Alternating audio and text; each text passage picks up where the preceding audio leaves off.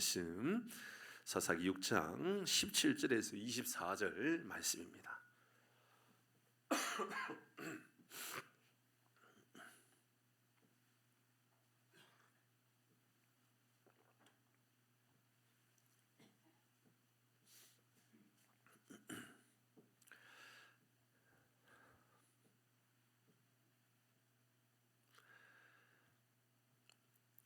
교독에서 읽겠습니다. 제가 17절 먼저 읽겠습니다. 기드온이 그에게 대답하되 만일 내가 주께 은혜를 얻었사오면 나와 말씀하신 이가 주 되시는 표징을 내게 보이소서.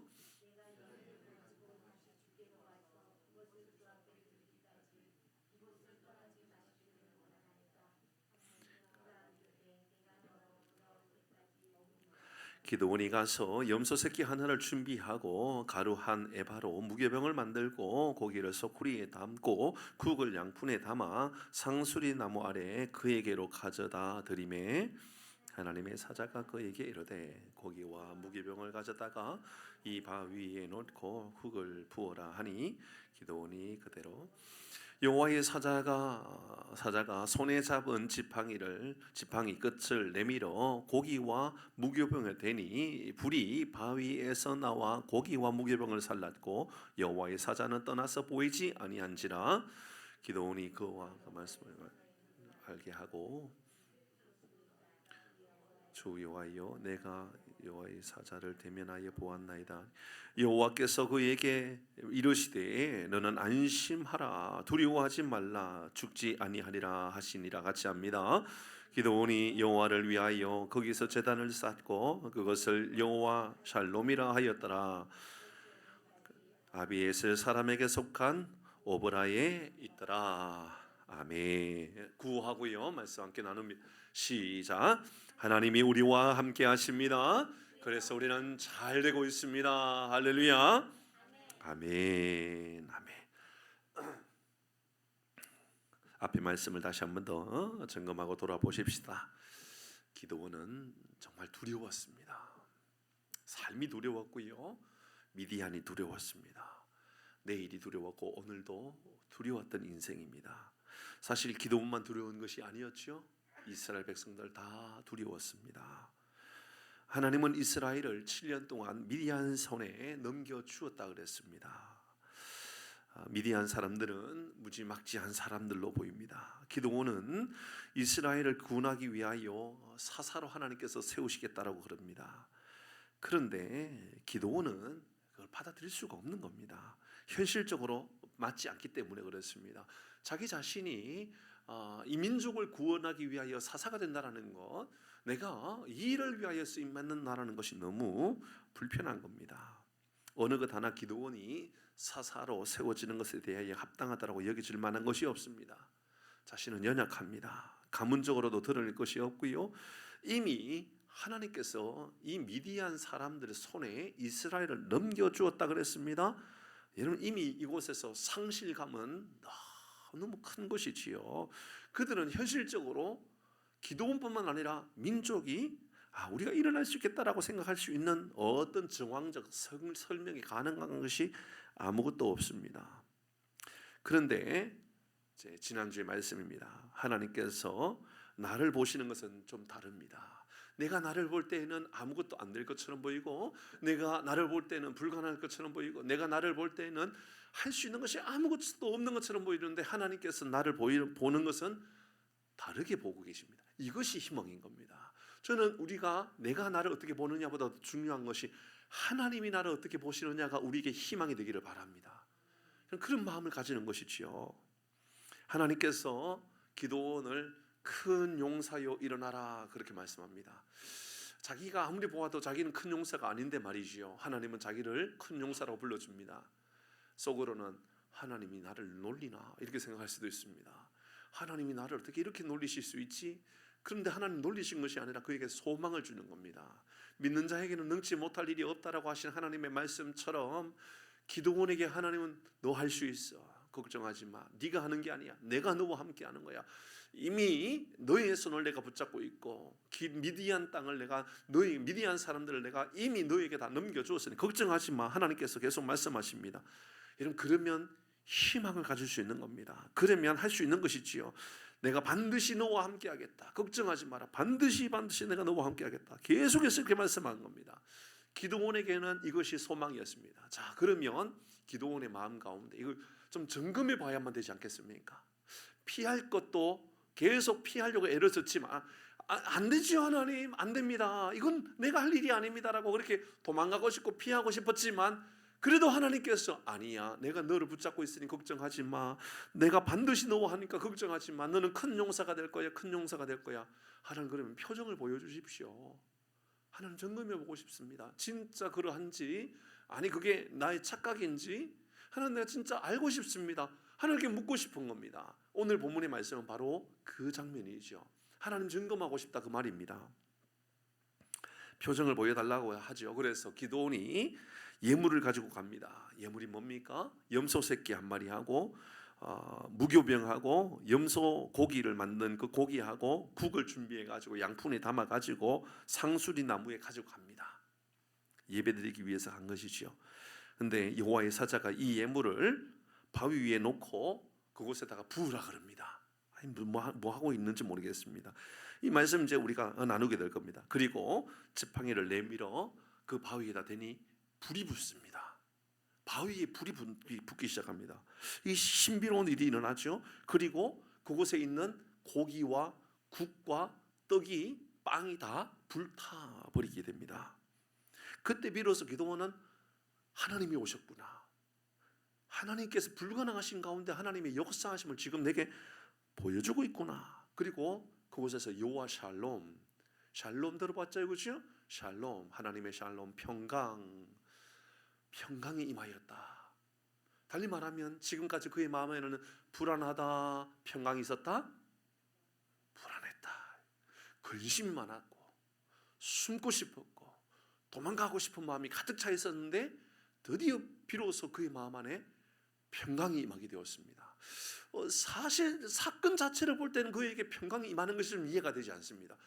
그런데 하나님의 임재하심을 알게 되었기 때문에 평강이 임하였다, 그 말입니다. 두 가지만 오늘 본문의 말씀을 통하여서 좀 나누고 싶습니다. 첫 번째, 이 샬롬, 평강이라고 하는 것을 점검해 보십시다. 우리에게, 여러분에게 평강은 무엇입니까? 무엇이 평강입니까? 어떤 삶을 살아가면 평강이라고 말할 수 있습니까? 혹시 숨어서 타작을 하고 있으면 그래도 그 안에서 타작할 수 있으니, 먹을 양식을 내가 준비할 수 있으니 샬롬, 평강이 온 것입니까? 예, 모습으로 볼 때는 그렇게라도 생명을 연명하고 있는 것은 어쩌면 육신적으로 평강일 수 있을지도 모릅니다. 육신의 평강을 얻는 것, 샬롬을 얻는 것, 이런 그것이 어쩌면 이 기드온이 너무나도 애타는 마음이었기 때문에, 그래서 이 포도를 타작하는 그곳에서 밀을 타작하게 되는, 숨어서라도 숨어 있는 그 작은 공간 안에서, 어쩌면 작은 공간 안에서 평강을 누리고 있는지도 모르겠습니다. 도망가 가지고 평강을 얻는 것이지요.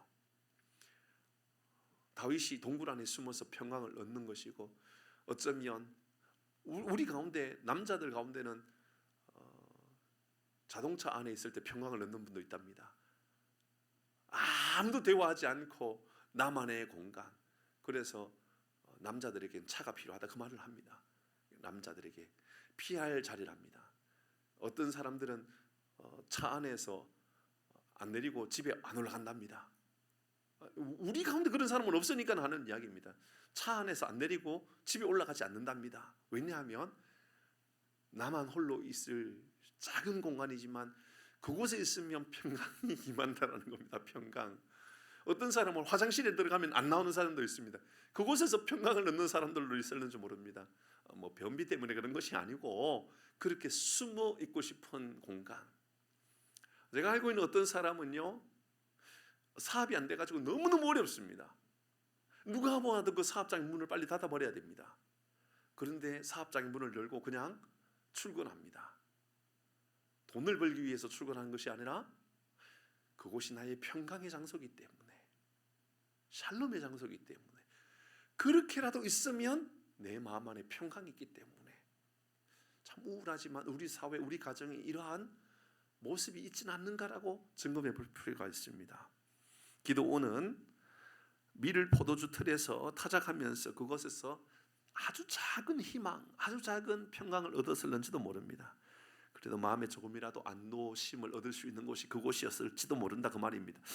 어쩌면 우리도 우리의 삶에 이런 평강을 얻기 위하여 더 좋은 보험을 찾고 또 더 좋은 병원을 찾고 이 샬롬을 찾아서 살아가는 사람들이 있죠. 더 좋은 학교를 찾아서 많은 이들이 이사를 합니다. 많은 사람들이 더 좋은 직장을 얻기 위하여, 그래서 더 좋은 직장을 얻으면 샬롬이 올 것이다라고 생각하고 그렇게 살아가는 것이지요.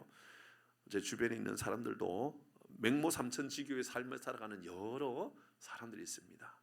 남편의 직장이 얼마나 멀느냐는 관심이 없습니다. 내 자녀가 좋은 학교를 가야 되기 때문에 직장은 죄송합니다, 인천입니다. 직장은 인천입니다. 교회는 하남입니다. 자녀가 다니는 학교는 수원입니다. 이해가 됩니까? 수원에 있는 어느 좋은 기독교 초등학교가 있습니다.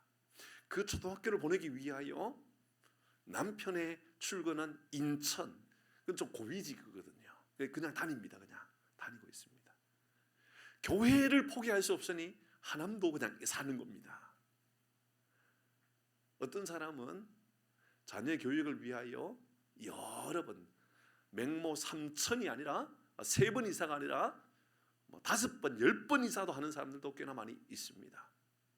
우리나라의 법무부 장관하고 있는 그 사람도 그 가족은 원래 저 춘천인가 어디 사는 집인데 자녀의 공부를 위하여 앞으로 정말 공부를 잘 시키겠다라고 하는 마음을 가지고 서울로 유학 오지 않았습니까? 아마 우리 가운데도 시골에 아주 먼 시골에 살다가 학교를 다니기 위하여 오늘도 그분과 여러 가지 이야기를 나누면서 집사님은 학교를 여러 지역에서 많이 다니셨군요 라는 이야기를 나누었는데 그게 우리의 모습입니다. 그러면 우리의 인생의 미래에 조금이라도 샬롬이 올까? 그거 아니겠습니까? 샬롬이 올까? 남의 이야기가 아니라 사실 그렇습니다. 조금 더 좋은 학교를 보내면 어떨까? 조금 더 좋은 직장을 다니면 어떨까? 내가 지금 다니고 있는 병원은 진짜 좋은 병원인가? 혹시 병원을 옮겨야 되는 것은 아닌가? 그때 우리의 삶에, 우리의 마음 안에 샬롬을 얻게 되기 때문에 그렇습니다. 어떤 사람은 주머니 돈이 조금 두둑하면 평강이 오는 사람들도 있습니다. 사실 현실적으로 마음에 그렇게 그런 모든 삶을 통하여 위안을 얻는 경우들도 꽤나 많이 있죠. 왠지 모르는 담대한 마음이 그때 얻어지기도 하는 것도 사실입니다. 그런데 진짜 샬롬은 무엇이지요? 진짜 샬롬은 하나님이 주시는 샬롬이라는 것이 있습니다. 하나님께서 주시는 마음의 평강이라는 것이 있습니다. 성령께서 내 인생을 인도해 주시는 그 성령에 붙잡힌 바 되어서 그 하나님께서 나를 책임져 주시고 가장 좋은 길로 이끌어 주신다라고 하는 그러한 소망들 말이죠. 저 오늘 본문의 말씀을 통하여서 이 기드온이 그 하나님의 임재하심을 경험한 이후에 하나님의 샬롬이라고, 여호와의 샬롬이라고 그렇게 그 이름을 붙였던 그 모습을 보면서 기드온이 진짜 바랬던 그 작은 어떤 그러한 그 샬롬이 아니라, 그 인생의 육신의 샬롬이 아니라 진짜 하나님의 샬롬을 경험한 이 기드온의 모습을 저는 보게 되었다, 그 말입니다. 그래서 그는 예배의 자리로 나가 예배드림으로 말미암아 그는 하나님 앞에 하나님이 주시는 샬롬, 여호와 샬롬을 경험하게 된 것이지요. 요한복음 14장 27절에 우리 주님께서 우리에게 이렇게 약속하십니다. 시작. 평안을 너희에게 끼치노니 곧 나의 평안을 너희에게 주노라. 내가 너희에게 주는 것은 세상에 주는 것과 같지 아니하니라. 너희는 마음에 근심하지도 말고 두려워하지 말라. 꼭 기드온의 마음 같습니다. 기드온의 마음 안에 근심이 있고 두려움이 있습니다. 그래서 작은 공간 안에 숨어서 샬롬을 찾습니다. 그런데 그렇지 않습니다. 그 마음은 작은 샬롬이라고 생각했는데 금방 사라져버리는 샬롬이었습니다. 네, 오늘 성경은 우리에게 내가 너에게 평안함을 주기를 원한다, 샬롬을 주기를 원합니다. 내가 너와 함께 하겠다. 너희가 주는 것은 세상에 주는 것 같지 않다. 하나님 말씀하고 있지요. 자, 그렇다면 그는 이 샬롬을 통하여 어떻게 그 샬롬을 얻게 되었는지 과정을 오늘 살펴보십시다. 이 샬롬을 얻게 되었던 그 과정입니다. 당연히 예배였습니다. 예배를 통하여 샬롬을 얻게 되었던 것이 맞습니다. 그럼 그 예배의 한 과정들을 살펴보자 그 말입니다. 예배는 우리가 알고 있는 것처럼 하나님과의 관계입니다. 기도원은 예배에 최선을 다하여 하나님을 만나야 되겠다는 마음을 가진 겁니다. 그래서 먼저 그는 하나님의 대심이 궁금했던 겁니다. 하나님이 진짜 나의 하나님이신지를 알고 싶었습니다. 그래서 17절 이렇게 말한 겁니다. 저는 우리 모든 교우들도 이런 고백이 여러분의 입술 가운데 있으면 좋겠습니다. 같이 합니다. 시작.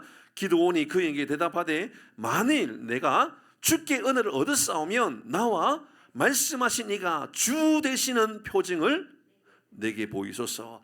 당신이 하나님이심을 내게 보여주십시오. 하나님이 진짜 하나님이시라는 것을 내게 알려주십시오 라고 말하고 있는 것이지요. 믿음이라는 것은요, 근거 없이 맹목적으로 믿는 것이 기독교의 믿음이 아닙니다. 앞뒤 없이 일단 믿어봐, 일단 사용해봐, 일단 먹어봐, 이게 아니라는 거죠. 여러분, 세상에 어떤 사람들은요, 일단 먹어봐 그럽니다. 일단 입어봐 이렇게 가르쳐 줍니다. 일단 투자해봐 그럽니다. 일단 그 땅 사봐 이렇게 말합니다. 따지지 말고 묻지도 말고 일단 해보라고 그렇게 말하죠. 그런데 예수 믿는 사람들도요, 간혹 보면 그렇게 믿는 사람이 있습니다. 앞뒤야 따지지 않고 일단 믿어봐 그럽니다. 성경도 우리에게 일단 믿어봐 그렇게 가르치던가요? 성경도 앞뒤 없이 교육받지 않아도 돼. 세 가지 교육하는 필요 없어. 무슨 교육이 필요해? 그냥 나와서 그냥 고개 숙이면 되는 거지. 그렇게 가르칩니까? 성경은 우리에게 여호와를 알라, 힘써 여호와를 알라라고 말씀하는데, 하나님을 아는 것이 지식의 근본이라 그랬는데, 여러분 우리도 혹시 맹목적으로 앞뒤 가리지 않고 그냥 무조건 믿어봐 그렇게 살아갑니까? 기도원은 이렇게 말하고 있습니다. 당신이 하나님이심을 내게 보여주십시오. 표징을 내게 나타내 보여주십시오 라고 이야기합니다. 하나님을 아는 것이 그렇게 중요한 겁니다. 하나님의 은혜를 경험하는 게 그렇게 중요하다 그 말입니다. 하나님의 역사하심을 경험하고 믿는 사람은 분명한 확신을 가진 믿음을 가지고 살아가게 된다 그 말입니다. 어떤 이들은요, 이를 위하여 작정기도하는 사람도 있습니다. 시간을 내고요, 기간을 정해가지고 작정기도합니다. 어떤 이들은요, 미리 감사의 시간을 가져보기도 합니다. 아직 아무것도 이루어진 것이 없는데 하나님께 감사합니다. 주실 줄 믿고 감사합니다. 이루실 줄 알고 감사합니다. 행하실 줄 알고 감사합니다. 그렇게 말하면서 예물을 드리는 사람들도 있습니다.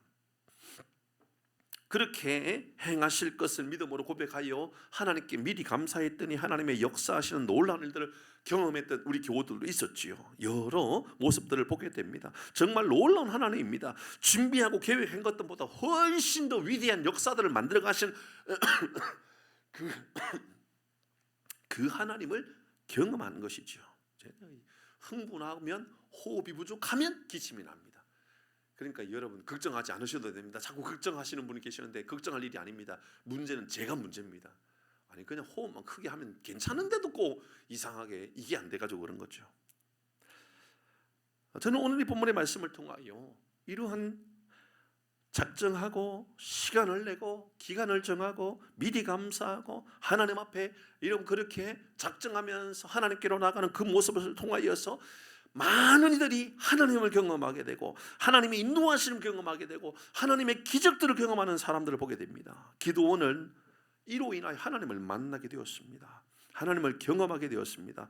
결단하는 믿음으로 예물을 드린 겁니다. 이것이 얼마나 중요한지 모릅니다. 오늘 본문의 핵심은요, 바로 이 장면입니다. 여러분 보십시다.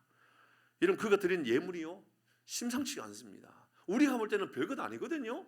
근데 기도원의 입장을 한번 생각해 보십시다. 19절입니다. 그가 드린 예물입니다. 시작.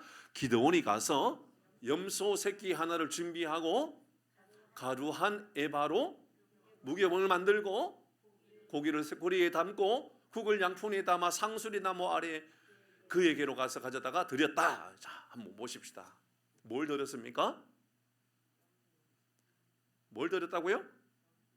왜 염소, 큰 염소가 아니라 염소 새끼였을까요? 다 빼앗긴 겁니다. 예. 미디안 사람이 가만히 두겠습니까? 그런데 이스라엘 사람들을 먹고 살아야 되잖아요. 그러니까 새끼 정도는 둔 겁니다. 새끼 정도는 너희들이 굶더라도 키워가지고 먹고 살든지 알아서 할 수 있는 최소한의 양심이 아니라 최소한의 목숨을 연명할 수 있는 방법이 있다면 큰 염소가 아니라 새끼 염소 정도는 그냥 키우도록 내버려 두는 것이지요. 여러분, 이거 드리면 끝나는 것 아닐까요? 미디안 사람들조차도 빼앗아가지 않은 것, 염소 새끼입니다. 염소 새끼.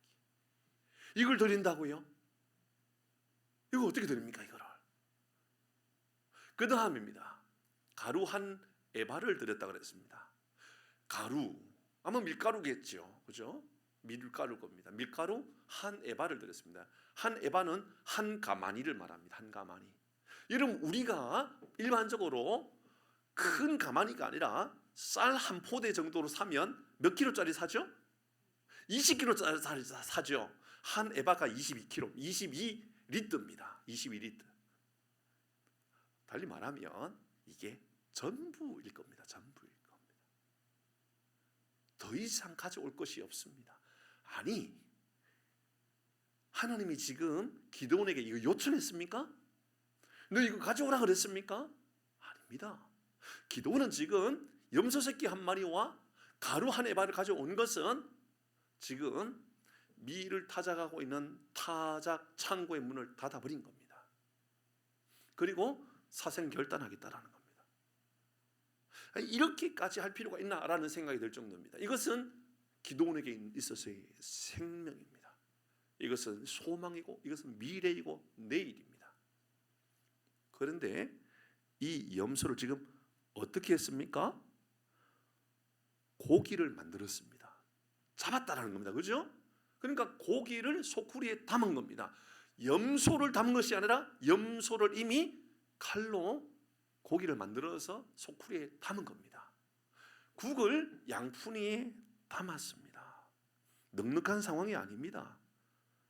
여러분, 다른 어떤 이방 신익은 들을 수 있는 상황이 절대로 될 수 없는 그런 상황이 아니겠습니까?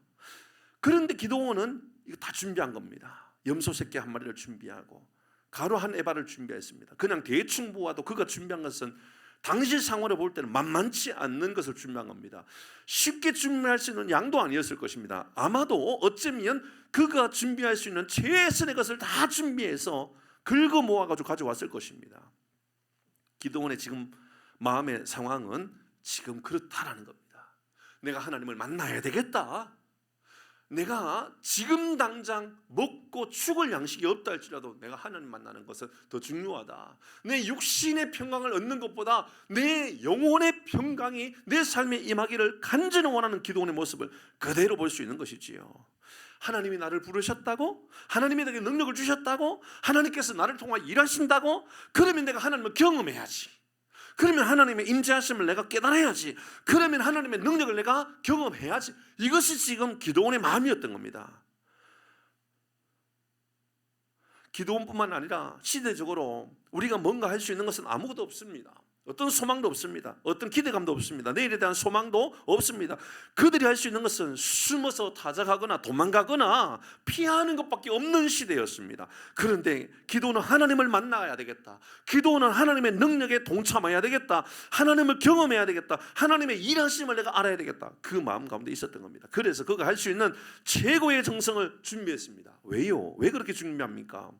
하나님이 살아계시다면, 하나님이 내게 진짜 나와 함께 하신다 그러면 하나님을 경험하고 살아가야 되는 것이 더 중요하다, 그 말입니다. 저는요, 우리 교우들이요, 이런 헌신까지를 기대하지 않습니다. 여러분 하나님 앞에 드리는데 여러분 집 팔고 땅 팔고 건물 팔고 다 드리고 하나님께로 나오세요 라고 말하는 저건 목사가 아니에요. 그렇게 어떻게 살아갑니까? 여러분 삶이 있는데. 그 삶이 아니라 저는 여러분이 하나님을 경험할 수 있는 삶을 살기를 바랍니다. 아멘이요. 무엇을 드릴 수 있느냐가 아니라 우리의 마음 가운데 하나님, 내가 사생결단하더라도 하나님을 만나는 것은 내가 경험해야죠. 그건 다른 능력이 나타나겠다, 그 말하고 있는 것 아니겠습니까? 저는 이 말씀을 가지고 좀 진지하게 여러 가지들을 좀 적용해 보았습니다. 저는 우리가 드리는 예배나 섬김이 이런 은혜와 결단이 있어야 되는 것 아닐까라는 그런 마음들을 좀 마음 안에 새겨봅니다. 누가 보아도 내가 드리는 헌신은 그리 대단해 보이는 것이 아닌 그런 헌신일 수 있습니다. 물론 어떤 이들은 그 섬김이 과할 만큼 많은 것을 드리는 사람이 있습니다. 사람마다 다르니 이런 그것은 다 우리가 이해할 수가 있습니다. 우리 교회는요, 할 수 있는 역할이 있습니다. 대형 교회가 할 수 있는 역할이 있고요, 작은 상가의 교회가 할 수 있는 역할이 있고요, 우리처럼 작은 교회가 할 수 있는 역할도 있습니다. 그런데 사실 우리 교회는요, 우리 교회 사이즈보다도 훨씬 더 과할 정도로 많은 일을 하는 교회입니다. 맞나요? 맞죠, 그죠? 우리 교회는 좀 과합니다. 제가 보아도요, 어떤 교회보다도 우리 교회는 과할 만큼 많은 것을 헌신하고 많은 것을 드리려고 하는 교회다. 제가 볼 땐 그렇습니다. 오늘도 필리핀 황창일 선교사님하고 이런저런 이야기하고 또 그렇게 연락하는데 바로 100만 원을 입금해 드리십시오, 우리 장로님께 부탁을 드렸습니다. 그리고 말씀드린 지 얼마 되지 않아 가지고 입금했다고 이제 그 황창일 선교사님 연락이 왔습니다. 그 선교사님 너무너무 좋아하면서 괜찮냐고, 풍산교회 그렇게 해도 괜찮은 교회냐고 그런 이야기 하더군요.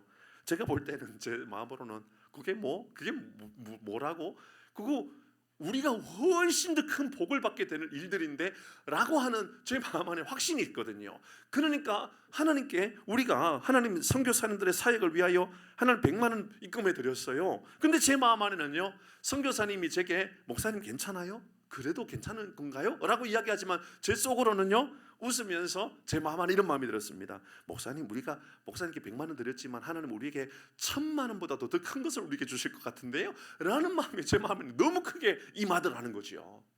아멘. 저 마음 안에는 그렇더라고요. 제 마음 안에는. 여러분, 우리가 이웃의 평안함을 위한 사역들, 우리가 이웃의 따뜻함을 위한 사역들, 우리가 이웃의 배부름을 위하여 사역을 감당하고자 결단하고 준비하고 나아갑니다.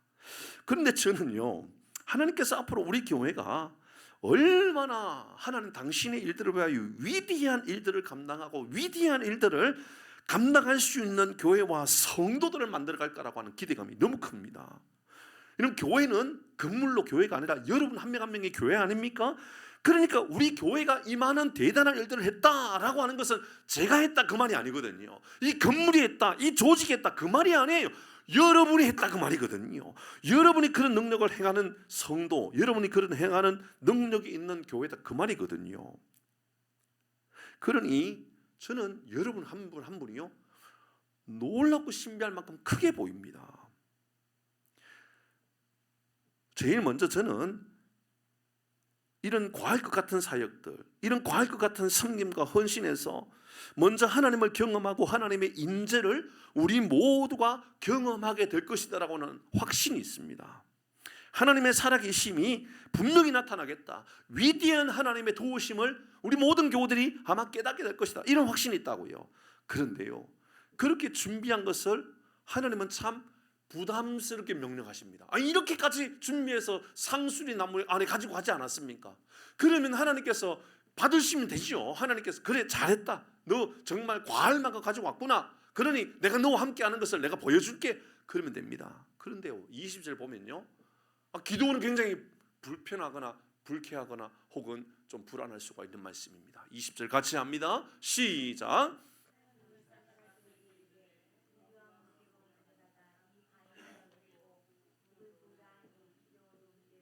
자, 어떻게 하라 그럽니까? 바위 위에다가 놓고 국을 부으라 그럽니다. 이런 낭비가 어디 있습니까? 이런 쓸데없어 보이는 낭비가 어디 있습니까? 적어도요, 구약시대에 제물을 드릴 때에도요, 예배를 드리고 그것을 나누어 먹는 사역들이 굉장히 많았습니다. 공동체가 모여서 제물을 드려도 불태워 드리는 그런 제물도 있지만 제물을 함께 나누어 먹는, 하나님께 드리고 드린 그 음식을 같이 나누어 먹는 예물들도 꽤나 많이 있었거든요. 그런데 20절에 이 말씀을 보니까 하나님께서 어떻게 하라고 그러냐면 이 고기와 무교병을 가져다가 바위 위에다 붓고 국도 부어 버리라고 그럽니다. 21절입니다. 시작. 여호와의 사자가 손에 잡은 지팡이를 끌어 내밀어 고기와 무교병에 대니 불이 바위에서 나와 고기와 무교병을 살렸습니다. 됐습니다. 자, 붓는 것으로 끝나지 않고 또 불태워서 다 사라져버리게 했습니다. 기껏 무리해서 할 수 있는 최선을 준비해가지고 예물을 가져왔는데 바위에 부어라 그럽니다. 하나님 너무하신 것 아닙니까? 그리고 기드온은 아니 이 지팡이, 그 지팡이를 가지고 대니까 또 불태워가지고 다 불살라지게 만들어 버렸습니다. 순종과 헌신이라는 게 어쩌면 이런 것일 수도 있습니다. 우리의 눈에 보일 때는요 모두 사라져 버리는 것이지요. 우리가 얼마나 소중하게 여기고 가치 있게 여기고 그렇게 준비하고 준비한 것들이었는데 다 허비되는 것처럼 보여집니다. 너무 아깝습니다. 아깝게 보이는 것뿐만 아니라 실제로 바위에 부어버렸고 불살라버렸습니다. 다 사라져버렸죠. 여러분 하나님께 드리는 것도요 이렇게 때로는 아까워 버릴 수 있습니다. 아니 목사님 너무 낭비가 심하신데요. 아유 장로님들 왜 이렇게 우리 교회 낭비하는 교회로 만들어가는지 모르겠어 라고 보여질 수도 있는 겁니다.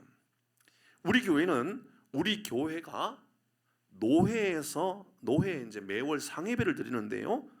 장로님 보실 때에 우리 교회가 노회에 상회비를 내는 것은 우리 교회 사이즈를 볼 때 적게 내는 교회입니까? 좀 더 내는 교회 같이 보입니까?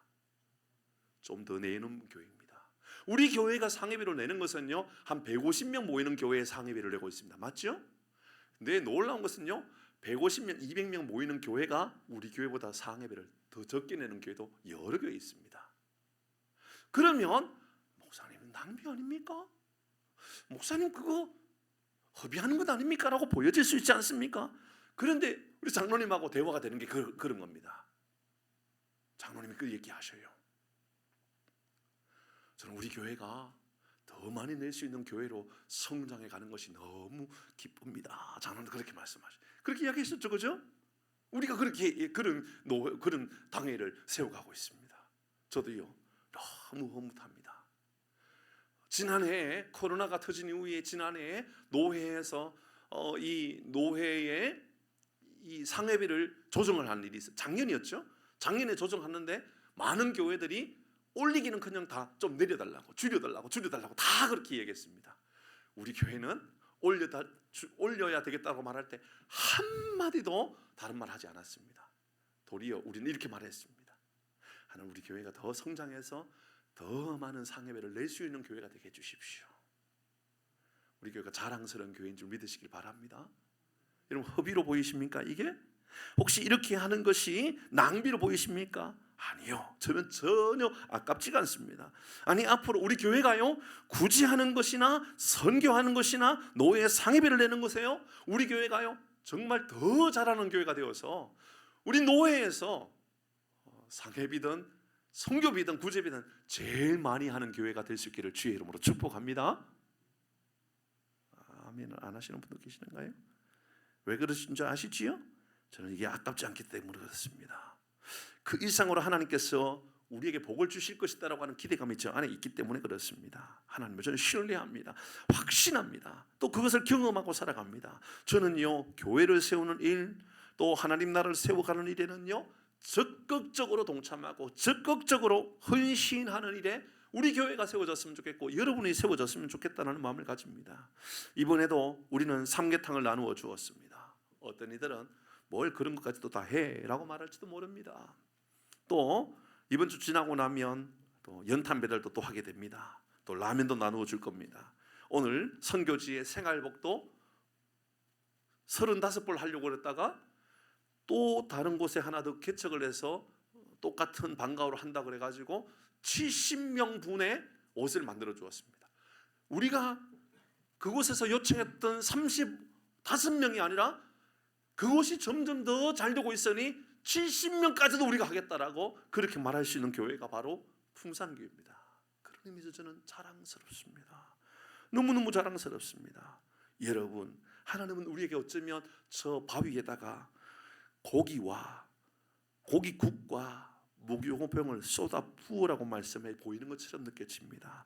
그리고 그것을 다 불태워서 없어져 버리게 만드는 것으로 보여집니다. 그런데요, 저는 믿는 구석이 있습니다. 믿는 구석이 있는 사람은 용감합니다. 믿는 구석이 있는 사람은요, 두려워하지 않습니다. 믿는 구석이 있는 사람은요, 담대함을 가지고 있습니다. 저는 이곳에 계신 우리 모든 성도님들이 믿는 구석이 있는 삶을 살기를 바랍니다. 아멘. 믿는 구석이 좀 있으면 좋겠습니다. 그럼 어떤 결과가 나타납니까? 22절입니다. 22절, 23절, 24절 같이 읽겠습니다. 시작. 기드온이 그가 여호와의 사자인 줄 알고 이르되 슬프도소이다. 주 여호와여, 내가 여호와의 사자를 대면하여 보았나이다 하니, 이런 당시에 슬프도소이다라고 말하는 것은 여호와를 대면하면, 하나님을 만나면 죽게 된다라고 하는 것 때문에 그가 이렇게 슬프다라고 말했습니다. 그런데 중요한 것은 그가 하나님을 만났다라고 말하고 있습니다. 우리 모두가 그렇게도 바랬던, 이스라엘 백성들이 그렇게도 소원했던 하나님을 만나는 일들, 그래서 여호와의 사자를 대면하여 보았다. 근데 알고 계시는 것처럼 여기 여호와의 사자라는 것은 여호와 하나님, 예수님에 대한 것, 하나님에 대한 것이라고 우리는 지난번에 이미 말씀을 나누었습니다. 23절입니다. 계속합니다. 그러니까 여호와의 사자가라가 아니라 이렇게 말한 것이죠. 시작. 여호와께서 그에게 이르시되 너는 안심하라, 두려워하지 말라, 죽지 아니하니라 하신지라. 하나님께서 우리에게도 동일하게 안심하라, 두려워하지 말라 이렇게 말씀해 주시는 은혜가 있기를 바랍니다. 24절입니다. 시작. 기드온이 여호와를 위하여 거기서 제단을 쌓고 그것을 여호와의 샬롬이라 하였더라. 아멘. 됐습니다. 반신반의하였던 그의 신앙, 혹시나 했던 그의 신앙, 그가요 하나님을 만나게 되었습니다. 하나님의 위대한 손길을 경험하게 되었습니다.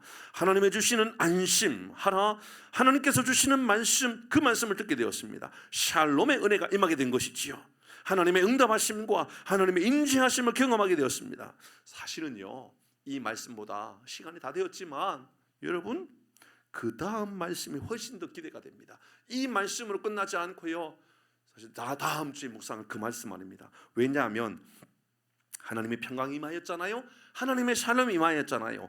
그러면 하나님의 인재가 나타나면 여러분 얼마나 위대한 기대감, 하나님이 기도원 얼마나 위대하게 사용하실까, 우리 이제 그거 묵상하게 될 겁니다. 하나님 얼마나 기도원을 위대하게, 우리가 알고 있는 것처럼 300명 가지고요 위대한 역사를 만들어가게 될 것입니다. 저는 우리 교회도요 300명 만들어지면요 빨리 분리개척도 하고 싶고요, 300명 하나님 만들어 가지고요 하나님 더 위대한 교회를 세워가는 이 일을 하고 싶습니다. 그 기도원을 묵상하는데요 제 마음 막 흥분이 되는 거예요. 막 너무 흥분해가지고 막 기침이 계속 나올 정도로.